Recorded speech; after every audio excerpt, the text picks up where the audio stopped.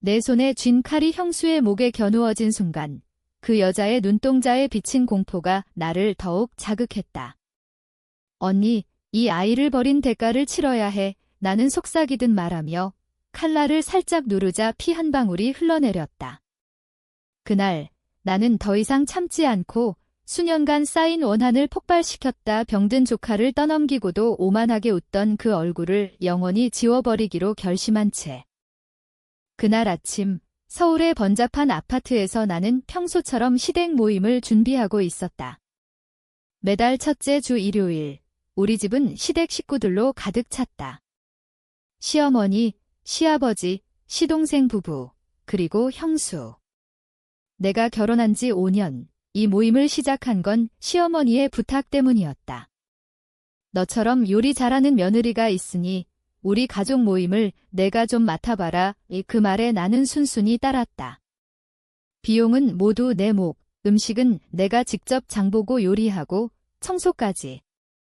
형수는 늘 빈손으로 와서 먹고 마시고 가기만 했다. 바빠서 미안해. 동서, 그녀의 미소는 늘 그렇게 가식적이었다. 형수의 이름은 지은. 그녀는 시집 식구 중 가장 나이가 많았고 가장 잘난 척했다.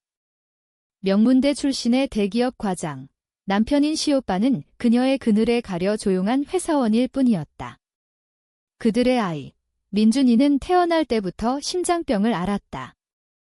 수술이 필요했지만 비용이 만만치 않았다. 지은 언니는 아이를 병원에 두고 일에 매달렸다. 내 커리어가 중요해. 아이는 나중에 생각할게. 그녀의 말은 늘 그랬다. 결국 민준이를 돌보는 건 내 몫이 됐다. 시어머니가 내가 좀 봐줘라 하시니 나는 거절할 수 없었다. 처음엔 동정심이었다. 가여운 아이, 병원과 집을 오가며 약을 먹이고 밤새 울음소리에 깨어 안아주었다. 남편은 여보, 내가 왜 그래야 해? 라고 했지만 나는 가족이잖아 라고 대답했다. 하지만 시간이 지나면서 지은 언니의 태도가 나를 갉아먹었다. 모임 때마다 그녀는 아이를 안 보듯 하고 오히려 나를 비하했다. 동서, 너는 애도 없으니 시간 많아서 좋겠다. 그 말에 나는 속으로 이를 갈았다. 나도 아이를 원했지만 불임 진단을 받은 지 오래였다. 그녀는 그걸 알면서도 일부러 찔렀다. 민준이의 상태가 악화된 건 작년 겨울이었다. 심장 수술이 급해졌지만 지은 언니는 돈이 어디 있냐며 미뤘다. 결국 내가 남편과 상의해 내 적금을 털어 수술비를 댔다. 언니, 아이 목숨이 달린 일이야. 내가 말하자. 그녀는 고마워. 나중에 갚을게 라고 했지만 그 나중은 오지 않았다. 수술 후 민준이는 우리 집에서 회복했다. 나는 매일 병원에 데려가고 약을 챙기고 재활을 도왔다. 지은 언니는 가끔 들러 사진만 찍고 갔다. 소셜미디어에 내 사랑스러운 아들이라며 올리는 그 사진들, 그 뒤엔 나의 피로가 숨어 있었다. 모임날 식탁에 차려진 음식을 보며 시어머니가 칭찬했다. 우리 며느리 덕에 가족이 이렇게 모이네. 하지만 지은 언니는 코웃음 쳤다. 동서, 요즘은 배달 음식도 많던데 왜 이렇게 고생해? 시간 아껴서 애나 낳지 그래. 그 순간 내 가슴이 찢어지는 듯 했다. 민준이가 옆에서 헐떡이는 소리를 들으며 나는 더 이상 참을 수 없었다. 그날 밤 남편에게 털어놓았다. 여보, 나 이제 그만할래. 이 모임, 이 아이 돌보는 거. 남편은 한숨을 쉬었다.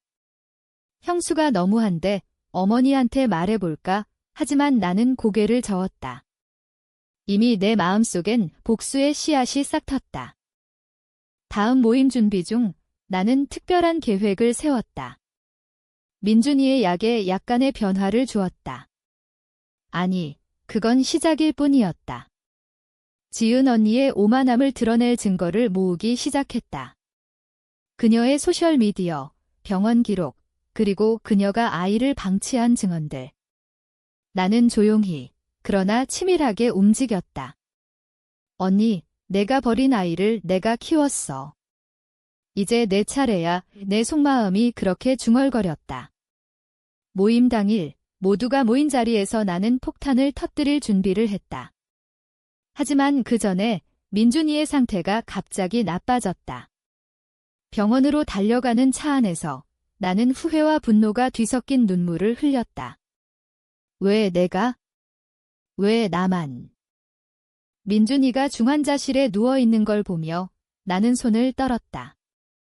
지은 언니가 병원에 도착했을 때 그녀의 첫마디는 어떻게 된 거야? 내가 바빠서 겼다. 그 순간 나는 그녀의 멱살을 잡고 싶었다. 바빠. 내 아이가 죽어가는데도 내 목소리가 날카로웠다. 의사는 고개를 저었다. 심장이 너무 약해졌어요. 수술 후 관리가 부족했어요. 그 말에 지은 언니는 나를 노려봤다. 동서, 내가 돌봤잖아. 그 비난이 나를 더욱 불태웠다. 병원 복도에서 나는 그녀를 끌고 나와 대면했다. 언니, 민준이를 버린 건 너야. 나한테 떠넘기고 돈도 안 주고 이제 와서 탓해. 그녀는 웃었다. 그 오만한 웃음. 너는 애도 못 낳는 몸으로 내 아이를 질투한 거 아니야? 일부러 약을 잘못 준 거지. 그 말에 내 주먹이 날아갔다. 뺨을 맞은 그녀가 비틀거리며 쓰러졌다. 병원 사람들이 우리를 말렸다. 시어머니가 달려와 이게 무슨 짓이냐 하셨지만 나는 멈추지 않았다. 어머니, 이 여자가 아이를 어떻게 했는지 아세요? 집으로 돌아온 후 나는 모든 걸 털어놓기로 결심했다. 시댁 가족 채팅방에 증거를 올렸다.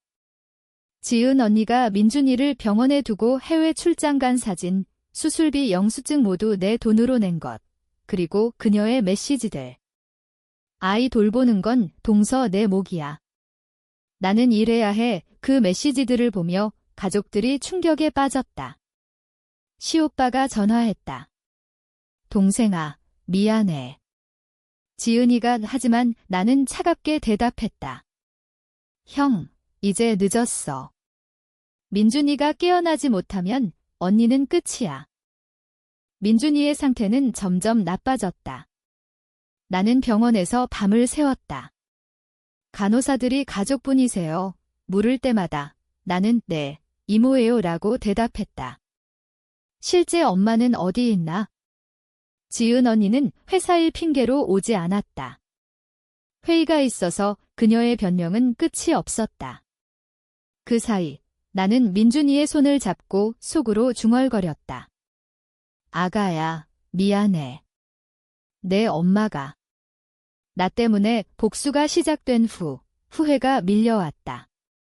하지만 돌아갈 수 없었다. 지은 언니의 오만함이 모든 걸 망쳤다. 시어머니가 병원에 오셔서 울며 말씀하셨다. 우리 민준이 왜 이런 일이? 나는 조용히 증거를 보여드렸다. 어머니의 얼굴이 창백해졌다. 지은이가. 어떻게 그럴 수 있지? 그날 저녁 가족 모임이 아닌 긴급 가족 회의가 열렸다. 우리 집이 아닌 시어머니 댁에서. 모두가 모였고 지은 언니는 끝까지 변명했다. 저는 최선을 다했어요. 동서가 과장하는 거예요. 하지만 증거 앞에서 그녀의 말은 힘을 잃었다. 시아버지가 노여워하셨다. 너 같은 며느리는 필요 없어. 이혼해. 그 말에 지은 언니가 발악했다. 아버님, 그럴 수 없어요. 민준이는 제 아이예요. 하지만 시오빠가 고개를 저었다. 지은아, 그만해. 내가 아이를 버린 거 맞아. 회의는 소란으로 끝났다. 나는 조용히 지켜봤다. 내 복수가 성공한 듯 했지만 가슴이 무거웠다. 민준이가 깨어나지 못한다면 이 모든 게 무슨 소용인가? 그날 밤 병원으로 돌아가 민준이 옆에 앉아 나는 속으로 빌었다. 제발 살아나. 내 엄마를 용서할 수 있게. 다음 날 의사가 좋은 소식을 전했다. 아이 상태가 안정됐어요. 수술이 필요하지만 희망이 있어요. 그 말에 나는 눈물을 흘렸다. 지은 언니가 병원에 왔을 때 그녀의 눈은 붉게 충혈돼 있었다. 동서, 미안해. 내가 잘못했어. 하지만 나는 그녀를 밀쳤다. 늦었어. 이제 내가 직접 돌봐. 그녀는 울며 민준이 손을 잡았다. 그 모습이 가여웠지만 나는 돌아섰다. 복수는 끝나지 않았다. 아직 더 남아 있었다. 모임이 취소된 후 나는 자유를 느꼈다. 더 이상 요리하지 않아도 청소하지 않아도 됐다. 하지만 공허함이 밀려왔다. 민준이 없이, 가족 없이 남편이 안아주며 말했다. 여보, 내가 잘했어. 이제 우리 둘이서. 하지만 나는 고개를 저었다. 아니, 이게 끝이 아니야. 지은 언니를 완전히 무너뜨려야 해. 내 마음속 어둠이 깊어졌다. 민준이의 두 번째 수술이 성공적으로 끝난 후 병원은 평화로웠다. 하지만 내 마음은 그렇지 않았다. 지은 언니가 매일 병원에 와서 아이를 돌보는 척했지만 나는 그녀의 눈빛에서 여전한 오만을 봤다. 동서, 이제 화 풀어. 나도 반성했어. 그녀의 말은 빈 껍데기 같았다. 나는 속으로 웃었다. 반성. 내가 잃을 게 더 많아. 가족 내 분란이 커지면서 시오빠와 지은 언니의 결혼 생활이 위태로워졌다. 시오빠가 이혼을 언급하자 그녀는 발버둥 쳤다. 민준이 때문에라도 안 돼. 하지만 시오빠는 차갑게 대답했다. 내가 민준이를 생각했다면 애초에 이렇게 안 됐어. 나는 그 대화를 몰래 듣고 만족스러웠다. 내 복수가 가족을 분열시켰지만 그게 바로 내가 원한 거였다. 그 사이 나는 민준이의 회복을 도왔다. 아이가 이모, 고마워라고 말할 때마다 가슴이 아팠다. 내 엄마가 아니라 내가 내 엄마였으면 불임이 고통이 다시 떠올랐다. 의사에게 상담을 받았지만 기적이 일어나지 않는 한 어렵습니다라는 대답뿐. 지은 언니는 그걸 알면서도 나를 자극했다. 이제 내가 그녀를 자극할 차례였다. 회사에 지은 언니의 비리를 제보했다. 익명으로 그녀가 출장 중 아이를 방치한 증거와 함께. 이런 사람이 과장이라니. 제보 후 그녀의 회사에서 조사가 시작됐다. 지은 언니가 전화로 울며 말했다. 동서, 내가 한 짓이야? 왜 그래? 나는 태연하게 대답했다. 언니, 난 아무것도 안 했어. 내 엇보지. 그녀의 절규가 수화기 너머로 들려왔다. 시어머니가 나를 불러. 이제 그만해. 민준이가 깨어났으니 가족 화목하게 지내자 하셨다. 하지만 나는 어머니, 지은 언니가 변하지 않으면 안 돼요라고 말했다. 어머니는 한숨을 쉬시며 내가 너무 세뇌하셨지만 내 결심은 확고했다. 모임이 재개됐을 때 나는 참석하지 않았다. 바빠요 라는 핑계로. 가족들이 당황했지만 나는 상관없었다. 민준이가 퇴원한 후 우리 집으로 왔다. 지은 언니가 동서, 좀 더 봐줘라고 부탁했지만 나는 거절했다. 언니, 내 아이잖아. 직접 해. 그녀는 울면서 데려갔다. 그 후 그녀의 삶이 무너지기 시작했다. 회사에서 강등됐고 시오빠와의 이혼 소송이 시작됐다. 법정에서 그녀는 가족 때문에 그라고 변명했지만 판사는 증거를 봤다. 나는 증인으로 나서 모든 걸 증언했다. 형수가 아이를 방치했습니다. 제가 돌봤어요. 법정 밖에서 지은 언니가 나를 붙잡았다. 동서, 제발 용서해. 내가 잘못했어. 그녀의 눈물은 진심처럼 보였지만 나는 밀쳤다. 늦었어. 내 오만 때문에 민준이가 고통받았어. 그녀는 무릎 꿇고 빌었다. 그 모습이 통쾌했지만 동시에 슬펐다. 복수가 나를 변화시켰다. 더 이상 착한 며느리가 아니었다. 남편이 걱정했다. 여보, 내가 너무 변했어. 이게 정말 내가 원한 거야? 나는 고개를 끄덕였다. 응, 이게 공평해. 하지만 밤마다 악몽을 꿨다. 민준이가 울며 디모, 엄마 어디 갔어? 라고 묻는 꿈. 깨어나서 눈물을 흘렸다. 복수가 끝나갈 무렵 나는 지친 몸으로 병원에 갔다. 불임 치료를 다시 시도하기로 했다. 기적이 일어날지도 몰라요. 의사의 말에 희망이 생겼다. 지은 언니의 이혼이 확정된 날, 그녀가 우리 집을 찾았다. 동서, 민준이 데려갈게. 하지만 내가 도와줘. 그녀의 목소리가 떨렸다. 나는 문을 열어주지 않았다. 언니, 이제 내 인생이야. 잘 살아. 의문 너머로 그녀의 울음소리가 들렸다. 그 소리가 내 가슴을 찔렀다. 이혼 후 지은 언니는 홀로 민준이를 키우기 시작했다.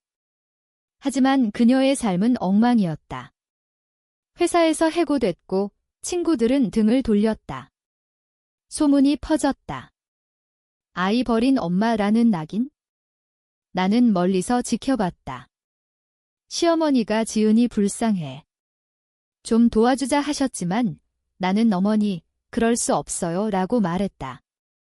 내 복수가 완성되는 순간이었다. 민준이가 우리 집에 놀러 왔을 때 아이는 지모, 엄마가 울어요 라고 말했다. 나는 아이를 안으며 엄마가 힘들어서 그래? 곧 괜찮아질 거야 라고 위로했다. 하지만 속으로는 내 엄마가 자초한 거야 라고 생각했다. 아이의 순수한 눈빛이 나를 괴롭혔다. 복수가 아이에게까지 미칠 줄은 몰랐다. 남편과 나는 아이를 입양하기로 결정했다. 불임 치료가 실패한 후 입양 상담을 받았다. 좋은 부모가 되실 거예요. 상담사의 말에 우리는 희망을 품었다. 하지만 그 과정에서 지은 언니의 그림자가 드리웠다. 그녀가 민준이를 포기하려 했기 때문이다. 동서, 민준이를 내가 키워. 나는 못해. 그녀의 메시지에 나는 충격받았다. 언니, 그럴 수 없어. 내 아이야.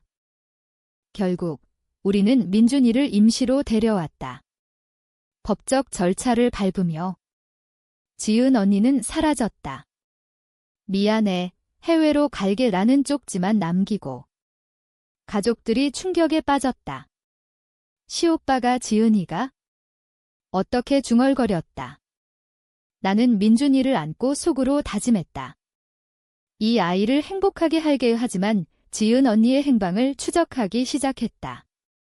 그녀가 정말 사라졌는지 확인하기 위해. 조사 결과 그녀는 부산으로 도망쳤다. 작은 카페에서 일하며 숨어 살고 있었다. 나는 그곳을 찾았다. 카페 문을 열고 들어서자 그녀가 나를 봤다. 동서. 어떻게? 그녀의 얼굴이 창백했다. 나는 자리에 앉아 말했다. 언니, 민준이를 버린 대가야. 하지만 이제 끝내자. 그녀는 울며 고개를 숙였다. 미안해. 내가 오만했어.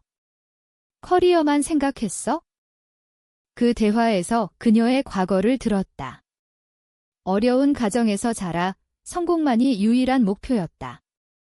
아이는 장애물처럼 느껴졌다. 하지만 이제 후회해. 민준이가 그리워. 그녀의 눈물이 진심이었다. 나는 한숨을 쉬었다. 언니, 돌아와.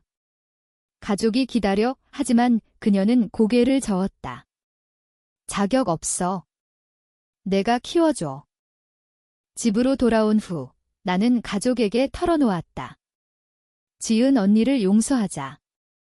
그녀도 피해자야. 시어머니가 놀라셨다. 내가 왜? 나는 민준이를 위해요 라고 대답했다. 복수가 끝나고 용서가 시작됐다. 민준이가 이모, 엄마 올까? 물을 때 나는 등, 곧 올 거야 라고 말했다. 지은 언니가 돌아온 건 한 달 후였다. 문을 두드리는 소리에 나가보니 그녀가 서 있었다. 동서, 용서해줄 수 있어. 나는 안아줬다. 언니, 함께하자 가족 모임이 다시 시작됐다. 이번엔 모두가 비용을 나누고 함께 준비했다. 지은 언니는 변했다. 아이를 최우선으로. 모임에서 지은 언니가 요리를 도왔다. 동서, 이게 어때? 그녀의 미소는 진심이었다. 민준이가 웃으며 뛰어놀았다. 엄마, 이모, 아이의 목소리가 집안을 채웠다. 나는 그 광경을 보며 눈물이 고였다. 복수가 가져온 변화, 오만이 무너진 후의 평화. 하지만 내 마음속엔 여전한 상처가 있었다. 불임이 아픔. 남편과 입양을 진행 중이었지만 민준이를 보며 부러움이 생겼다. 지은 언니가 동서, 내가 민준이 엄마처럼 됐어 라고 말할 때 나는 속으로 그럴 수 없어라고 생각했다. 결국 입양이 성사됐다. 우리는 여자아이를 데려왔다.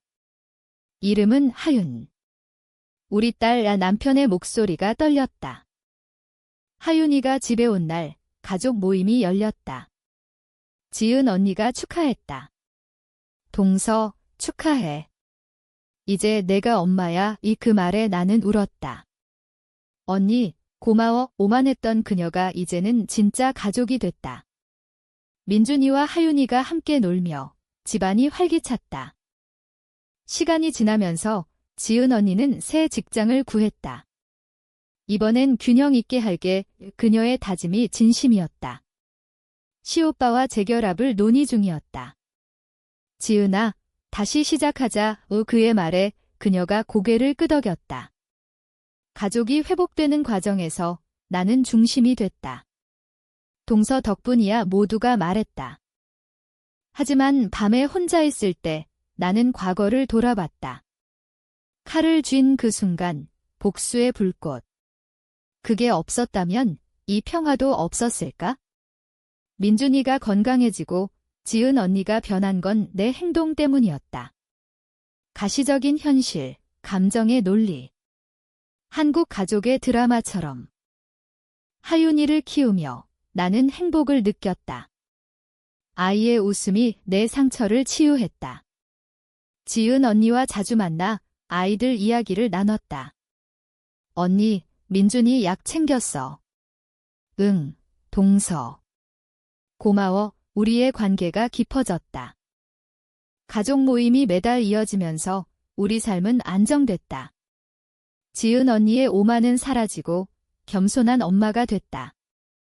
민준이는 완치됐고 하윤이는 우리 가족의 빛이 됐다. 시어머니가 우리 며느리들 덕에 행복하네 하시며 웃으셨다. 어느 날 지은 언니가 나를 불러 동서, 그때 내가 안 그랬으면 난 영원히 후회했을 거야 라고 말했다. 나는 언니, 나도 후회했어. 하지만 이게 최선이었어 라고 대답했다. 용서와 화해, 그게 드라마의 끝이었다. 민준이와 하윤이가 함께 자라는 걸 보며 나는 감사했다. 병든 아이를 떠넘긴 오만이 가져온 교훈, 가족은 서로를 버리지 않는다. 내 복수가 결국 사랑으로 돌아왔다. 서울의 밝은 아파트에서 우리는 영원히 함께할 것을 다짐했다.